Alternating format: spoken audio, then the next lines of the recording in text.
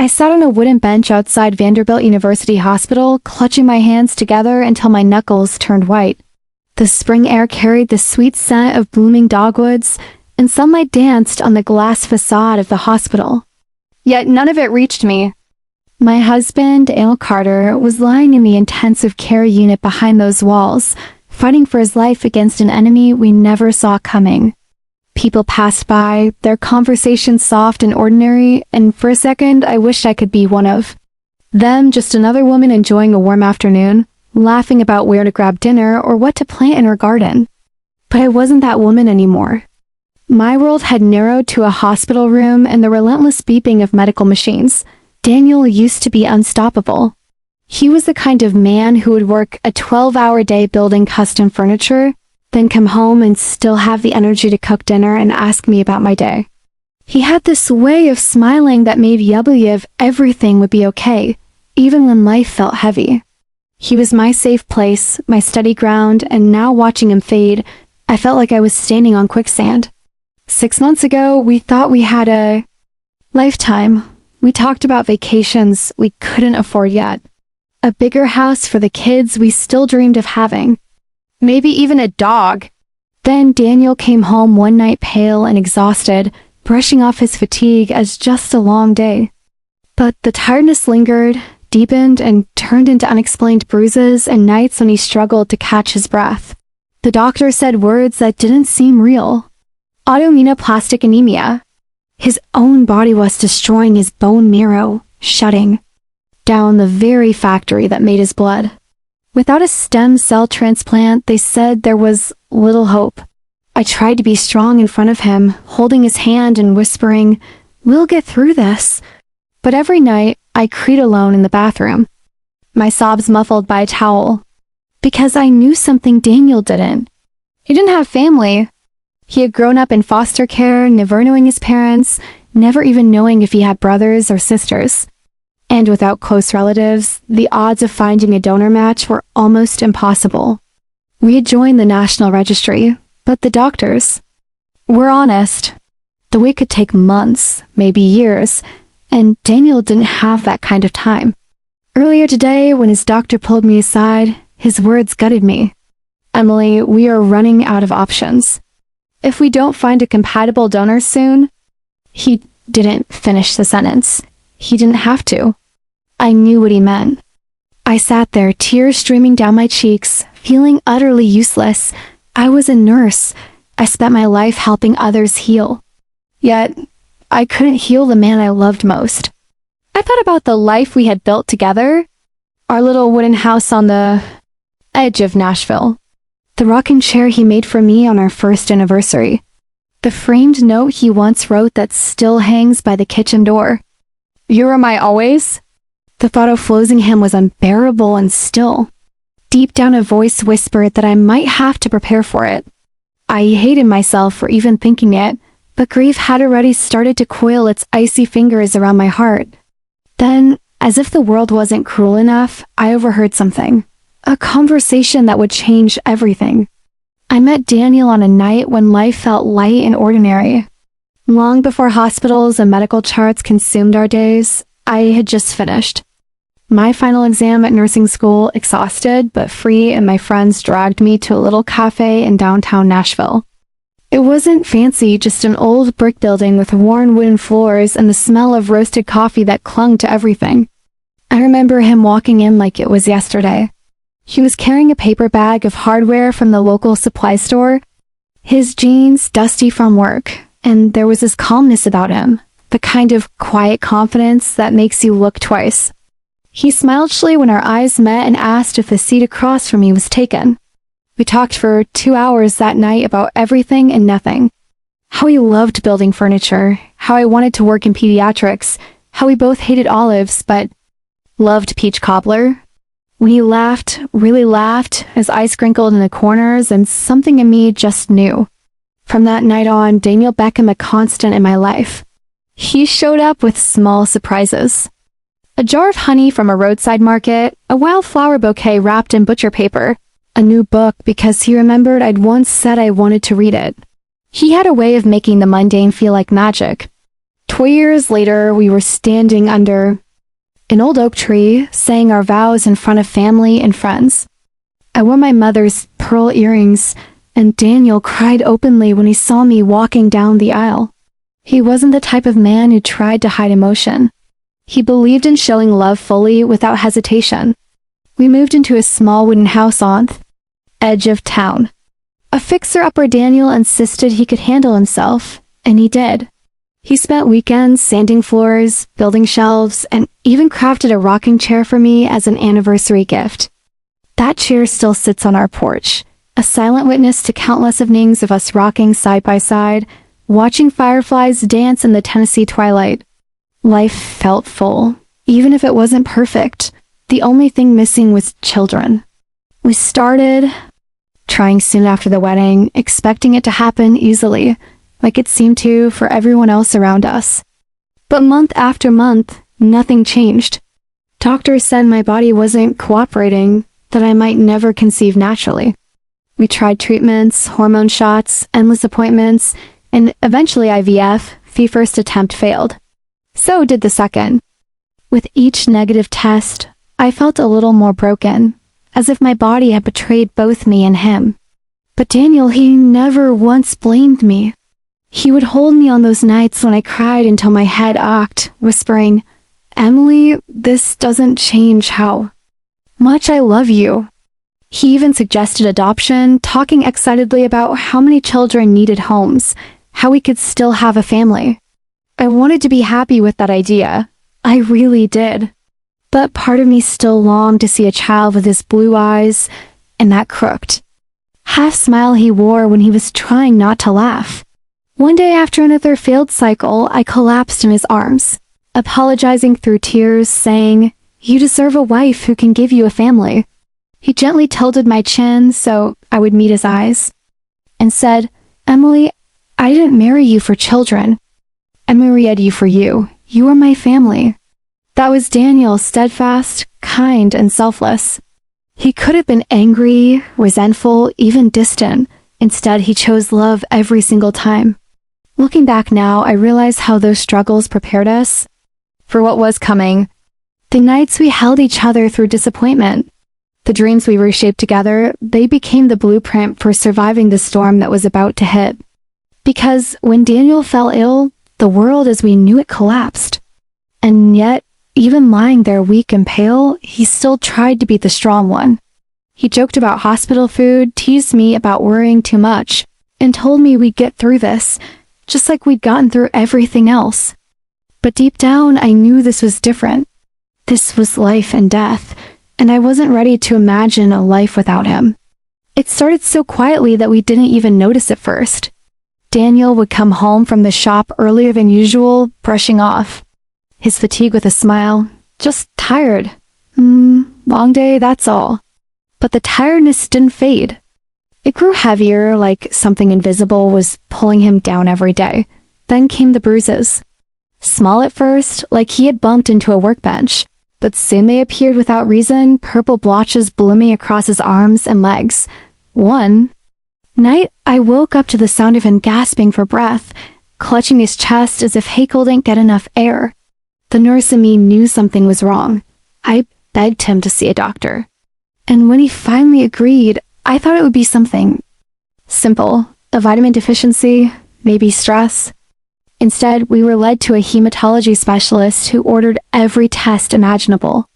I'll never forget the moment the results came back. The doctor sat us down, his face too serious, his words deliberate. "Daniel, you have aplastic anemia. It's rare, and in your case, it's severe. Your bone marrow is shutting down." I felt like the air had been knocked out of me. Daniel just nodded, calm as always, and asked, "What do we do?" The answer was both simple and impossible. You need a bone marrow transplant. Without it, your body can't produce blood cells, but the process requires a donor match, ideally a sibling or close relative. I remember looking at Daniel, silently begging him to say there was someone, but I already knew there wasn't. Daniel had grown up in foster care, bounced from home to home, never knowing his parents or many siblings. He had no family tree to turn to no one to call. We signed up for the National Donor Registry immediately, but the doctors were honest. It could take months, maybe longer, to find a compatible stranger, and Daniel didn't have that kind of time. The disease moved fast. He became pale, his strong hands trembling when he tried to pick up a cup. The man who once built furniture until midnight now struggled to walk across the living room. Even then, he tried to protect me. He joked about the hospital gowns, about how he'd always wanted to try that bald look once his hair started thinning for medication. At night, when he thought I was asleep, I could hear him whispering prayers under his breath, asking for strength. Not for himself, but for me.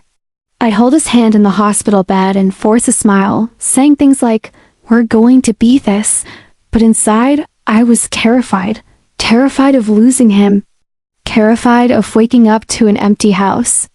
Terrified of facing a life I hadn't planned for. One afternoon, after another round of transfusions, the doctor pulled me aside. His voice was gentle, but carried the weight of finality. "Emily, we are running out of options. If a match doesn't come through soon, I'm afraid he doesn't have much time." I nodded, unable to speak, feeling the tears burn behind my eyes. I had seen death before. Working as a nurse, you face it more often than most people. But nothing prepared me for the thought of losing Daniel. I walked outside into the hospital courtyard, desperate for air. Desperate for anything that could steady me. That's when I heard it. 2 hospital employees were on break nearby, talking casually, unaware I could hear them. "You know that guy in ICU, Carter? He looks just like this guy who lives out in Pine Hollow. I swear it's like looking at these in person." My heart stopped. Pine Hollow, a small mountain town just a couple of hours away. Could it be nothing more than coincidence? Or could it mean Daniel had family out there, someone who might be a match? For the first time in weeks, I felt something I hadn't dared to feel. Hope, fragile, trembling hope, but hope nonetheless. I stood frozen in the courtyard, their words echoing in my ears. "He looks just like this guy who lives out in Pine Hollow." Pine Hollow was a small mountain town about a 2-hour drive, east of Nashville. I had only been there once during nursing school for a community outreach program. It was the kind of place where life slowed down, where people still waved at strangers passing by.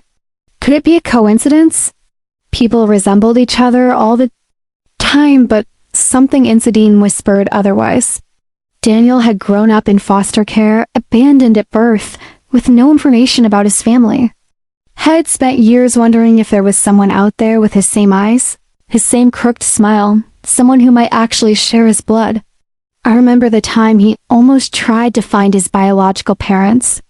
We were sitting on our porch. One summer night when he admitted, "Sometimes I think about looking for them, but what if they didn't want me then?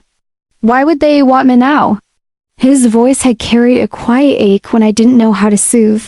So he buried the thought, focused on building a life with me, choosing to believe that family was what you built, not what you were born into. But now family wasn't just an abstract idea. It could mean the difference between life and death. That night I barely slept. I sat at Daniel's bedside, holding his hand while the machines hummed softly. His skin was pale, his breathing shallow. "But steady," I whispered. "I'm going to fix this, Danny. I don't care what it takes." The next morning I marched into work and filed for emergency leave. My boss, bless her heart, didn't ask many questions. She knew Daniel's situation and just hugged me before signing theft for him. I packed a bag, my heart pounding with a mix of dread and determination. I didn't even know the man's name, only that he lived in Pine Hollow and dapperly looked like my husband. I had no plan, just a single picture of Daniel on my phone and a fragile thread of hope. Before leaving, I went to Daniel's room. He was awake, smiling faintly when he saw me. "You look like you're about to take on the world," he teased. His voice weak but warm. I kissed his forehead and whispered, "I might be." He tried to ask more, but I stopped him. "Don't worry about it, okay? Just rest, I'll be back before you know it."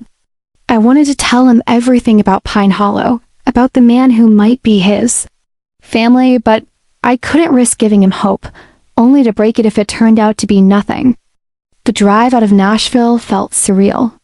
The highway gave way to winding country roads, fields of early spring wildflowers, and eventually the rolling hills of Pine Hollow. As I crossed the old wooden bridge leading into town, a whisper to silent.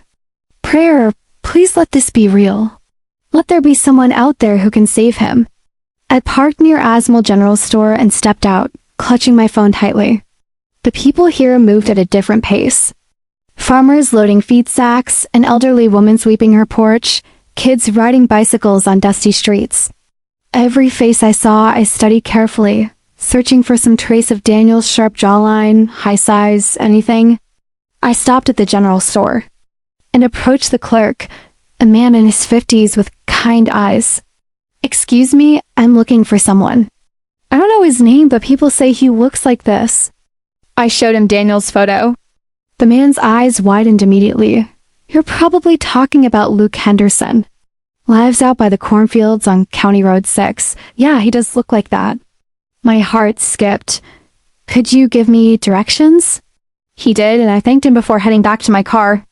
My hands trembled on the steering wheel as I drove toward what might be the answer to every desperate prayer I'd whispered in the past few months.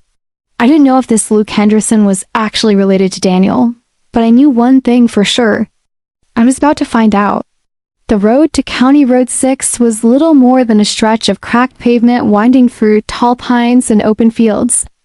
A soft drizzle began to fall, the kind that seemed to hang in the air like a fine mist, clinging to my windshield and blurring the edges of the horizon. I slowed as I spotted the mailbox with faded white letters. Henderson. The house behind it was old, weathered, and surrounded by a field of corn stubble and muddy tire tracks. A rusted swing creaked in the wind, and somewhere in the distance, a dog barked. For a moment, I sat in the car, gripping the steering wheel, my pulse thursding in my ears. What if I was wrong? What if I was about to knock on a stranger's door and make a fool of myself? But then I thought of Daniel, his frail hand clutching mine, his smile trying to hide the fear in his eyes. And I stepped out of the car. The wooden steps groaned as I climbed them. I knocked lightly at first, then harder when no one answered. After a moment, the door creaked open. Eamon stood there, taller than I expected, broad-shouldered but slightly stooped, with dark blonde hair falling loosely over his forehead. His eyes, my breath caught. They were the same piercing blue as Daniel's, the same shape, the same intensity. He blinked at me. "Can I help you?" His voice was deep, cautious with a rough edge, like someone who hadn't had to entertain strangers often. I held out my phone with trembling hands, showing him the picture of Daniel. This is my husband. His name is Daniel Carter. People said, "You look like him." The man frowned, staring at the screen for what felt like forever. His expression shifted, confusion, disbelief, and something almost painful. He rubbed the back of his neck. "Well, I'll be damned." He looked at me again, softer now. "Who are you?" "Emily, I'm his wife." He stepped aside. "You better come in." The inside of the house was humble wood floors, mismatched furniture, the faint smell of coffee and motor oil. He gestured to a chair. "Sit." You're saying he's your husband?" I nodded, clutching my bag in my lap. "He's in the hospital. He's very sick. He needs a bone marrow transplant. They said he has no family. But then I heard about you and my voice broke. I had to comb." The man, Luke Henderson, as I quickly learned, sat opposite me, leaning forward, elbows on his knees. He looked at the photo again, shaking his head slowly. I think he might be my brother." Those words hit me so hard I almost couldn't breathe. "Your brother?" Luke nodded. "Our mom. She wasn't much of one, to be honest. She had a lot of kids, most with different fathers. When I was little, she had another baby, a boy. She said she wasn't keeping him, signed papers at the hospital and left him there. I was too young to do anything, but I never forgot. Always wondered what happened to him." He rubbed his face with both hands, his voice cracking. I didn't even know his name until now. My eyes blurred with tears. Daniel's been looking for family his whole life. He thought he was completely alone. Luke's jaw tightened and he stood abruptly. I'll do it. The transplant. I don't even need to think about it. You do that. He's my brother. If there's a chance I can help him live, of course I will. He walked into the kitchen and returned with his truck keys. When do we go? For a second, I just stared at him, stunned by how quickly he'd made the decision. In my head, I had imagined convincing him, explaining the situation, maybe even begging, but there was none of that. It was like he had been waiting for this moment without even knowing it. We left Pine Hollow that evening, the rain now heavier, streaking the windshield as Luke drove behind me in his old pickup truck. My chest felt lighter for the first time in months. There was still fear. There was always fear, but now there was also something else. Hope that felt solid like ground under my feet. When we arrived at Vanderbilt University Hospital, I led Luke through the sterile white halls to Daniel's room. Daniel was awake, propped up by pillows, his skin pale, but his eyes brightening when he saw me, then narrowing in confusion when they shifted to Luke. For a long moment, no one said a word. Daniel's mouth opened slightly like he was staring at a ghost. Luke stepped forward, emotion thick in his voice. I think I'm your brother. Daniel blinked, tears welling instantly. My brother. I stood there watching two men, strangers a day ago, brothers by blood, lock eyes as if recognizing something only they could feel. Daniel reached out a shaking hand, and Luke took it firmly. We'll talk later, Luke said softly. But right now, I'm here to save your life. Luke's test results came back faster than I expected. The doctors wanted to expedite everything because Daniel's condition was deteriorating quickly. When the hematologist stepped into the waiting room with that soft, relieved smile, my knees nearly gave out. He's a strong match, she said. One of the best we've seen in a while. I turned to Luke, tears brimming in my eyes. Did you hear that? You're a match. You can't save him? Luke's expression wavered between shock and determination. Then, let's do it? When do we start? That night, Daniel and Luke finally had time to sit together. I stayed just outside the doorway for the first few minutes, giving them privacy, but I could still hear their voices. Low, emotional, hesitant at first, then, warmer as minutes passed. Daniel's voice broke as he said, I used to dream about having a brother. I thought it was stupid, like dreaming about a house you'll never live in, but here you are, real. Luke chuckled quietly, though his voice was thick. Guess life had other plans, huh? I'm sorry I wasn't there, Danny. I didn't even know. You don't have to be sorry, Daniel said, gripping Luke's hand with surprising strength for someone so weak. You're here now. That's all that matters. When I stepped back into the room, Daniel looked at me with damp eyes and whispered, I have a brother. I'm not alone. I kissed his forehead and smiled, whispering back, You never were. The procedure was scheduled for the next morning. I barely slept, my mind racing through every possible outcome. Luke was calm, even joking with the nurses as they prepped him for the donation. Never thought I'd be giving my bone marrow to a guy I met yesterday, he teased, then looked at Daniel and added softly, But I'm glad it's him. The hours crawled by, but eventually it was done. The transplant went smoothly and Daniel was moved to a recovery room while the new stem cells began their life-saving work. I sat by his bed, holding his hand, feeling the warmth return to his skin. For the first time in months, his face had a hint of color. Luke came in later, looking tired but content, and Daniel reached out weakly to clasp his brother's arm. You just gave me a second chance, he whispered. Luke smiled and said, Guess we're even now. You gave me family. I couldn't stop the tears this time. For months, I had carried so much fear, so much loneliness.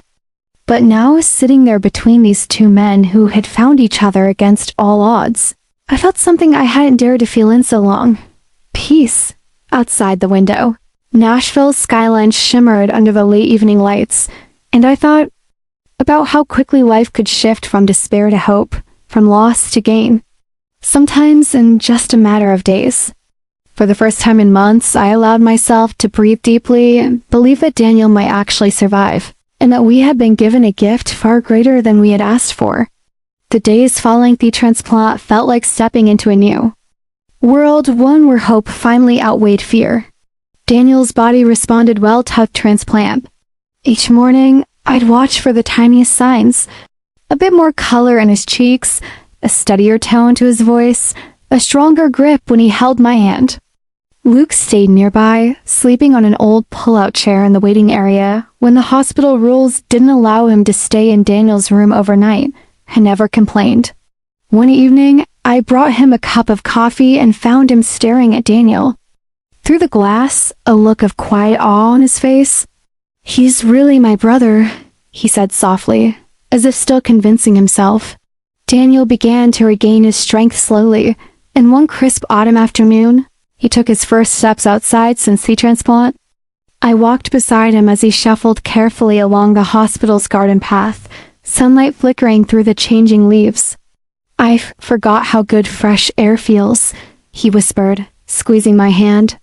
A week later, Daniel was discharged and we returned to our little wooden house on the edge of Nashville, this time with Luke following in his old pickup truck, a permanent addition to our lives. The house felt different now, fuller somehow, like it had been waiting for this reunion all along. In the weeks that followed, Luke became a regular presence.